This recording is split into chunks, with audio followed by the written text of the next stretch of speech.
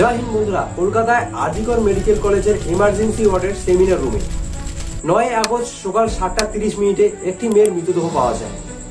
মেয়েটির গোটা শরীরে আঘাত আর আঁচড়ের চিহ্ন ছিল এবং মেয়েটির গোটা শরীর দিয়ে রক্ত ঝরছিল, এমনকি তার প্রাইভেট পার্টস দিয়েও রক্ত ঝরছিল। তার দেহ ছিল অর্ধনগ্ন। আর মেয়েটি কে ছিল জানেন? মেয়েটি ছিল সেই কলেজের 3য় বর্ষের একজন জুনিয়র ডাক্তার। মেয়েটির এরকম অবস্থা দেখে যে কেউ বলে দিতে পারবে যে তার স্বাভাবিক মৃত্যু হয়নি, তার উপর অমানবিক অত্যাচার করা হয়েছে।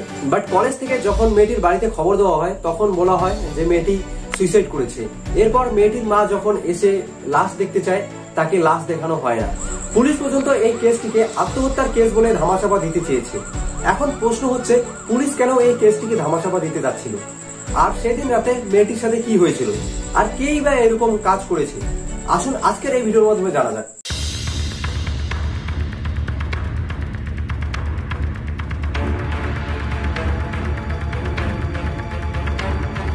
8ই আগস্ট রাতের বেলা যখন আমরা গভীর ঘুমে মগ্ন ছিলাম, তখন আমাদেরই একজন দিদি, যাকে সাধারণ মানুষ ভগবানের সমতুল্য ভাবে, তিনি কলকাতা আরজিকর মেডিকেল কলেজে নিজের জীবন বাঁচানোর জন্য আপ্রাণ চেষ্টা করছিল, কিন্তু পারেনি। তিনি মানুষরূপী এক হিংস্র জন্তুরের শিকার হয়েছিলেন। 9 আগস্ট রাত 12:30 কলকাতার আরজিকর মেডিকেল কলেজের সমস্ত ডাক্তাররা একটানা ডিউটি করার পর তারা সেমিনার রুমে বসে একসাথে রেস্ট নিচ্ছিল। ভিকটিমের সাথে সেই সময় তার 4 বন্ধুও ছিল এবং ভিকটিম তার 4 বন্ধু মিলে অনলাইনে খাবার অর্ডার করে অলিম্পিকে নীরজ চোপড়ার ম্যাচ দেখতে দেখতে খাবার খায়। এরপর রাত 3টে নাগাদ ভিকটিম ছাড়া সবাই সেখান থেকে চলে যায় এবং ভিকটিম সেখানেই শুয়ে পড়ে। তার পরের দিন সকাল 7:30 সেমিনার রুমে ভিকটিমের লাশ পাওয়া যায়। মৃতদেহ পাওয়ার পর ভিকটিমের বাড়িতে খবর দেওয়া হয় যে ভিকটিম সুইসাইড করেছে এবং পুলিশ পর্যন্ত এই কেসটিকে প্রথমে আত্মহত্যার কেস বলে ধামাচাপা দিতে চাচ্ছিলেন। কিন্তু ততক্ষণে অনেক ছাত্রছাত্রী এই ঘটনা সম্পর্কে জানতে পারে এবং তারা বুঝতে পারে যে এটা আত্মহত্যা নয়, কারণ একজন ডাক্তারের পক্ষে বুঝতে সময় লাগে না কোনটা আত্মহত্যা আর কোনটা মার্ডার। যার ফলে ছাত্রছাত্রীরা প্রোটেস্ট করতে শুরু করে এবং পুলিশকে এক প্রকার বাধ্য হয়ে ভালোভাবে ইনভেস্টিগেশন করতে হয়। এরপর একজন ম্যাজিস্ট্রেট, ভিকটিমের মা এবং ভিকটিমের 2জন ব্যাচমেটের সামনে ভিকটিমের পোস্টমর্টম করা হয় এবং পুরো পোস্টমর্টমকে ক্যামেরায় রেকর্ড করা হয়। বন্ধুরা, পোস্টমর্টম হয়ে যাওয়ার পর পোস্টমর্টমের রিপোর্ট থেকে বিভিন্ন শকিং নিউজ সামনে আসতে থাকে। পোস্টমর্টমের রিপোর্ট অনুযায়ী ভিকটিমকে গলা টিপে শ্বাসরোধ করে মারা হয়েছিল, যার কারণে ভিকটিমের গলার একটি হাড় ভেঙে গিয়েছিল।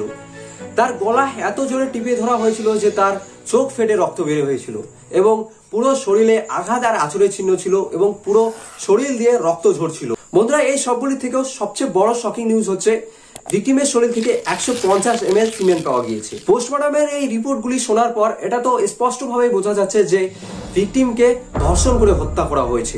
এসব যেন কলকাতা আরজিকর মেডিকেল কলেজের প্রিন্সিপাল সন্দীপ ঘোষ বলেন, মৃত ছাত্রীর একা সেমিনার হলে থাকা উচিত হয়নি। তার বক্তব্য অনুযায়ী মৃত ছাত্রীর যে রেপ হয়েছে সেটা তারই দোষ। তার বক্তব্য অনুযায়ী এটা আন্দাজ করা যায় যে ধরুন আপনি কোনো রেস্টুরেন্টে খাবার খাচ্ছেন এবং সেই খাবার খেয়ে আপনার পেট খারাপ হলো। সন্দীপ বাবুর কথা অনুযায়ী এটা আপনারই দোষ, কেন আপনি সেই রেস্টুরেন্টে খাবার খাবেন? বন্ধুরা, সন্দীপ ঘোষ হচ্ছেন সেই ব্যক্তি যে ব্যক্তির নাম কোভিডের সময় ভেন্টিলেটর দুর্নীতির সাথে যুক্ত ছিল। স্ত্রী সন্তান জন্ম দেওয়ার মাত্র 14 দিনের মাথায় সন্দীপ ঘোষ তার স্ত্রীর পেটে লাথি মেরেছিলেন। এমনকি 2023 সালে মানিকতলায় আরজিকর হোস্টেলে যে ভয়ঙ্কর রেগিং হয়েছিল সেখানেও তার নাম জড়িত ছিল। এছাড়াও হসপিটালের বিভিন্ন ফান্ডে হিসেব পাতির গরমিলের অভিযোগও তার বিরুদ্ধে রয়েছে। তার বিরুদ্ধে কেউ কথা বললে তাকে অত্যন্ত চাপে রাখা হতো, তার উপর সিনিয়র দ্বারা প্রেশার ক্রিয়েট করা হতো এবং অনেক সময় তাকে ফেলও করিয়ে দেওয়া হতো। তবে আরেকটি আশ্চর্যের বিষয় হচ্ছে, এই সন্দীপ ঘোষকে যতবারই কলকাতার বাইরে ট্রান্সফার করে দেওয়া হয়েছে, তিনি জানি না কোন শক্তিতে ততবারই আবার কলকাতায় ফিরে এসেছে। 12ই আগস্ট এই সন্দীপ ঘোষকে কলকাতা আরজিকর মেডিকেল কলেজের ছাত্রছাত্রীরা আন্দোলন করে তার পদত্যাগ করায় এবং তার পরের মুহূর্তেই তাকে কলকাতা ন্যাশনাল মেডিকেল কলেজ ও হাসপাতালের অধ্যক্ষ হিসেবে নিয়োগ করেন পশ্চিমবঙ্গ সরকার। দেখেছেন পশ্চিমবঙ্গ সরকারের কি উচ্চ বিচার। আরজিকর মেডিকেল কলেজের যে ডাক্তাররা দিনরাত পরিশ্রম করে রোগীদের সেবা করত, আরজিকর মেডিকেল কলেজে সেই ডাক্তারদের জন্য কোনো এক্সট্রা রুম ছিল না রেস্ট নেওয়ার জন্য। তাদের সেমিনার রুমে গিয়ে রেস্ট নিতে হতো এবং 8ই আগস্ট রাতে ভিকটিমও সেই সেমিনার রুমে রেস্ট নিতে গিয়েছিল এবং তারপরের দিন তার লাশ পাওয়া যায়। সেমিনার রুমে কোনো সিসিটিভি ক্যামেরা ছিল না, সিসিটিভি ক্যামেরা ছিল বাইরের করিডোরে এবং সেই সিসিটিভি ক্যামেরায় ভোর 3টে থেকে সকাল 6টে পর্যন্ত মোট 4 জনকে সেমিনার রুমের দিকে যেতে দেখা গিয়েছিল। তারপর সেই 4 জনকে পুলিশ জেরা করে এবং সেই 4 জনের মধ্যে তিনজন জানায় তারা তাদের রোগীর সাথে ছিল। তাদের কথাবার্তা ও যুক্তি হিসেবে তাদের উপর কোনো সন্দেহ করা হয় না, বাট একজনের পুলিশের প্রশ্নের কোনো সন্তুষ্টজনক উত্তর দিতে পারে না। তার নাম হচ্ছে সঞ্জয় রায়। সঞ্জয় রায় ভোর 4টের দিকে সেমিনার রুমে যায় এবং 4:45 সে ফিরে আসে। সঞ্জয় রায় যখন সেমিনার রুমের দিকে যাচ্ছিল তখন তার গলায় একটি ব্লুটুথ হেডফোন দেখা গিয়েছিল এবং সঞ্জয় রায় যখন ফিরে আসে তখন তার গলায় কোনো ব্লুটুথ হেডফোন ছিল না। অন্যদিকে যেখানে ভিকটিমের মৃতদেহ পড়েছিল সেখানে একটি ব্লুটুথ হেডফোন পাওয়া যায়। সেই ব্লুটুথ হেডফোন অন করলে সঞ্জয়ের মোবাইলের সাথে ইজিলি পেয়ার হয়ে যায়। বন্ধুরা, সঞ্জয় রায় পেশায় একজন সিভিক ভলেন্টিয়ার্স। এই ব্যক্তি পেশায় সিভিক ভলেন্টিয়ার্স হলেও তার হাবভাব কোনো অফিসারের থেকে কম নয়। 2019 সালে সঞ্জয় রায় কলকাতা পুলিশের ডিজাস্টার ম্যানেজমেন্টে চাকরি পায়, বাট সেখানে তিনি একদিনও ডিউটি করেননি। উল্টে কারাপ্টেড নেতা মন্ত্রীর হাত ধরে তিনি ট্রান্সপোর্ট নেয় ওয়েলফেয়ার ডিপার্টমেন্টে, যার ফলে তার আরজিকর মেডিকেল কলেজ আসা যাওয়া লেগেই থাকতো। সঞ্জয় রায় এমন করে হসপিটালে ঘুরে বেড়াতো যেভাবে মানুষ নিজের বাড়িতে ঘুরে বেড়ায়। সঞ্জয় রায়ের হসপিটালে কোথায় কি ছিল অলিগলি সব জানা ছিল। সঞ্জয় রায়ের বাড়িতে তার মা রয়েছে। তার মাকে ছেলের কথা জিজ্ঞাসা করলে তার মাও নির্দিষ্টভাবে বলতে পারে না যে ছেলে কি করে। সঞ্জয় আপনার ছেলে এই মুহূর্তে কোথায় রয়েছে জানেন? না, আমি কিচ্ছু জানি না। কি করে আপনার ছেলে শুনেছেন? ওই তো আমি শুনলাম পুলিশেই চাকরি করতো, আচ্ছা। আর এছাড়া কিছু। এমনকি পাড়া প্রতিবেশীর সাথে কথা বলে জানা গিয়েছে সঞ্জয় রায় 4টে-5টে বিয়ে করেছে। ये था कि शादी भी उसने कई की थी। हाँ, वो शादी का ही है कहे। वो तो जानते हैं लव मैटर। कितनी शादी की? 3 शादी। चार। कहाँ कहाँ? अब कहाँ कहाँ किया है इन्हें? Love marriage. অনেক প্রতিবেশী ছেলের কাছ থেকে চাকরি দেওয়ার নাম করে টাকাও নিয়েছে। মহিলা পুলিশদের সাথে অস্বাভাবিক আচরণ করত এবং সিভিক ভলেন্টিয়ার্স হয়েও কলকাতা পুলিশের 4th ব্যাটালিয়নে থাকতো তিনি। পুলিশ থেকে জেরা করার পর সঞ্জয় তার দোষ স্বীকার করে এবং তখন থেকেই পুলিশ কনফার্ম হয়ে যায় যে ভিকটিমকে সঞ্জয় রায় ধর্ষণ করে হত্যা করেছেন। তবে কি কেস এখানেই শেষ? না, কেস এখানেই শেষ নয়। পোস্টমর্টমের রিপোর্টগুলি ভালোভাবে খতিয়ে দেখলে এই কেসের মোড় ঘুরে যাবে।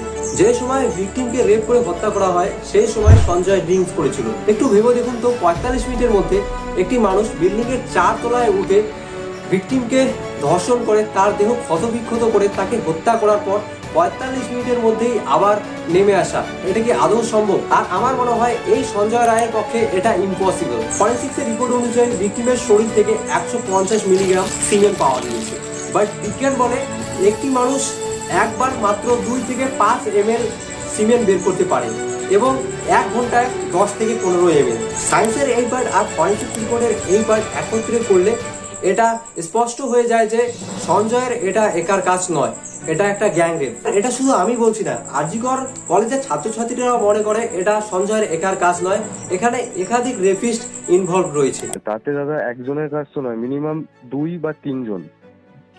কারা হতে পারে? কি সাসপেক্ট করছিস তোর আরজি করার ছেলেরা? আমরা দাদা সাসপেক্ট করছি এটা ইন্টার্নের কাজ। বন্ধুরা, 14ই আগস্টের ঘটনা থেকে এটা কনফার্ম হয়ে যায় যে এখানে আরো একাধিক অপরাধী জড়িত রয়েছে, কারণ 14ই আগস্ট সেই কলেজেই আবার প্রমাণ লোপাটের চেষ্টা করেন কিছু মানুষ। अपनी जान बचाने के लिए यहाँ से भागे।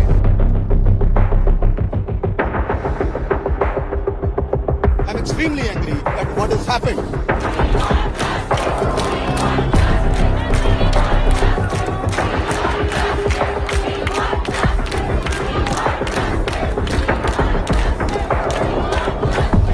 কিন্তু ভাগ্যক্রমে তারা তাদের কাজে সফল হয় না।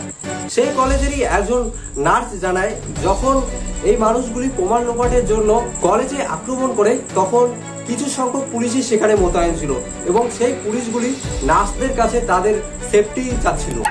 পুলিশ সেফটি চেয়েছে, পুলিশ সেফটি চেয়েছে আপনাদের থেকে, আমাদের ওয়ার্ডে ঢুকে দুজন, আমার নাইট ডিউটি, তিন নাও আমরা এখনো আছি, বাড়ি যাই। মানে এত লোক ঢুকে গেছিল একসাথে, আতঙ্ক হয়েছিল? অবশ্যই আতঙ্ক ছিল। নার্সিং স্টাফরা কেটে ফেলেছে। বন্ধুরা, আরজিকর মেডিকেল কলেজে এত বড় একটা ইনসিডেন্ট হয়ে যাওয়ার পরেও সরকার সেখানে পর্যাপ্ত পরিমাণ সিকিউরিটি দেয়নি। এর মানে আপনারা নিজেই বুঝতে পারছেন। তবে প্রমাণ লোপাটের চেষ্টা কিন্তু সিবিআই কে কেস দেওয়ার পরেই হয়, অর্থাৎ 13ই আগস্ট সিবিআই কে কেস হ্যান্ডেল করতে দেয় এবং 14ই আগস্ট প্রমাণ লোপাটের চেষ্টা হয়। আমি আশা করি সিবিআই খুব তাড়াতাড়ি এই কেসের কিনারা করুক এবং অপরাধীদের কঠোর থেকে কঠোরতম সাজা দেওয়া হোক। বন্ধুরা, আমার এই ভিডিওটা বানানোর একমাত্র উদ্দেশ্য হচ্ছে জাস্টিস ফর আরজিকর। জয় হিন্দ।